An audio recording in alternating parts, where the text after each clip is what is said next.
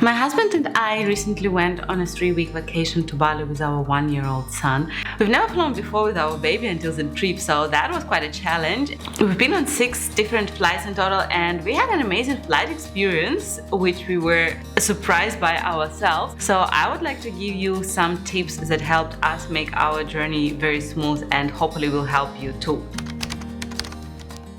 If you're new to my channel, my name is Anastasia. I come from Ukraine, but I've lived in Germany for the last 8 years. I'm married to a German and we have a son together, and on this channel I'm making videos about motherhood, marriage and mindset. So if you're interested in that content, please subscribe to my channel. First, let's talk about packing. When traveling with a toddler, it's essential to have all of the must-haves at hand. So I recommend to plan your carry-on very carefully in advance. You're definitely gonna need diapers, wipes, antibacterial wipes for disinfecting the surfaces on the plane, and at least 2 changes of clothes for your baby because accidents happen. Also, pack a change of clothes for yourself, some snacks, your baby's sippy cup, and definitely toys. Entertaining your baby is the key for a smooth flight. But to be fair, entertaining a 1-year-old baby on a flight isn't that hard because everything is super exciting, especially if it's your baby's first flight.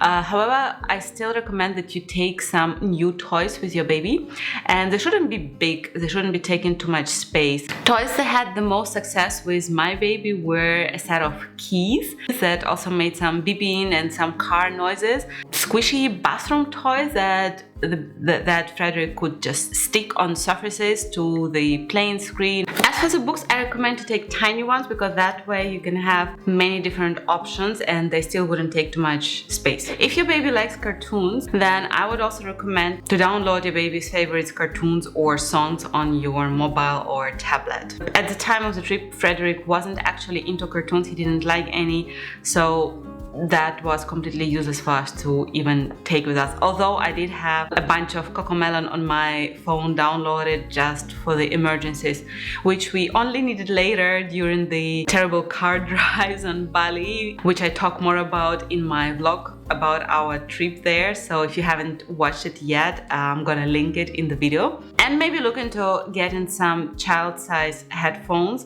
At the airport, I was very pleasantly surprised to see that there are separate lanes for families, and going through security didn't take us much time. What you should definitely do is pack in an extra bag all of your baby's snacks and water bottle, and remember to empty the baby's water bottle before you go through security because I got into trouble. I filled the bottle and I completely forgot to empty it because I just didn't think about it. Airports allow you to take baby food on board, glass jars and the fruit pouches.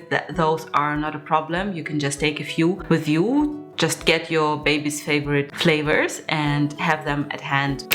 Also, if your baby is a messy eater, remember to bring a bib on board with you. If you're traveling with a stroller, try to keep your stroller empty because they require you to take everything out of the stroller when you go through security. So if you plan to carry any items in your stroller, then bring a bag and keep them on in a bag so that you can easily, quickly take them out at the security and then put them back and don't have to unload different snacks or toys or items from your stroller and take more time. We were traveling with our Joolz Aer stroller, which was extremely convenient because it falls into a small carry-on size and most airlines allow you to take it on board. So that's what we did. Most of the time we were actually using the stroller and it was very convenient. However, we had some flights when I knew that Frederick is gonna start napping or is gonna be asleep at the time that we're gonna board. So what I did is I put him in a baby carrier before boarding so that I don't have to take him out of the stroller as we board, and I could just come with him and sit down and take my place and unpack and take out all of the things that we needed from the carry-on board, and only take him out of the baby carrier as close to the takeoff as possible because the airlines actually force you to take the baby out of the baby carrier and fasten his baby seat belt.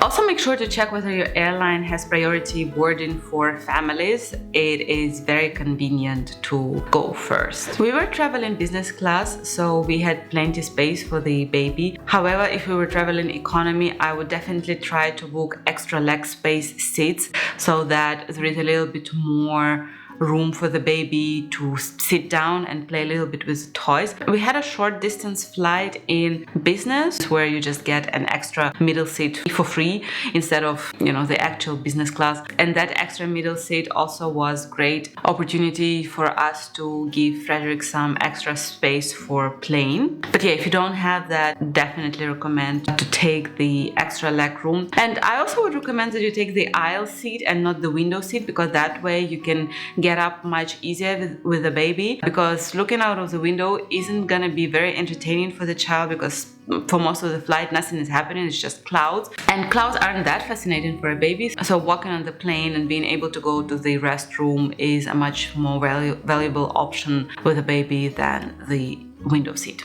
During the flight, make sure that your child is dressed comfortably. You have to be prepared for different temperatures, because in some planes it's actually very cold inside, in some planes it's very warm. So definitely dress your baby in layers so that you can undress them up to the warm room temperature or dress them up for chiller places. Make sure to encourage your baby to drink some water or suck on pacifier, or give your breast if you can during takeoff and landing to help with ear pressure. I was very insistent with giving Frederick pacifier if he didn't want to nurse. I think that helped a lot because he didn't have any ear problems at all on any of the flights. And lastly, and probably most importantly, is to watch your attitude. Remember that your child is going to feed off your energy, so it is crucial that you stay positive and calm and maybe even a little bit excited, because that is going to influence your baby's mood, and the better your mood is going to be, the better your child's mood is going to be. And that's it. Those are my top tips for flying with a 1-year-old. I hope they're going to help to make your next family's adventure as easy as possible. And if you have any other tips to share, please leave them in the comments below. I'm sure it's going to be very valuable for me and some other viewers of the channel. Don't forget to like this video to help more parents discover my channel. I wish you a safe sky above your head, and I'll see you next time.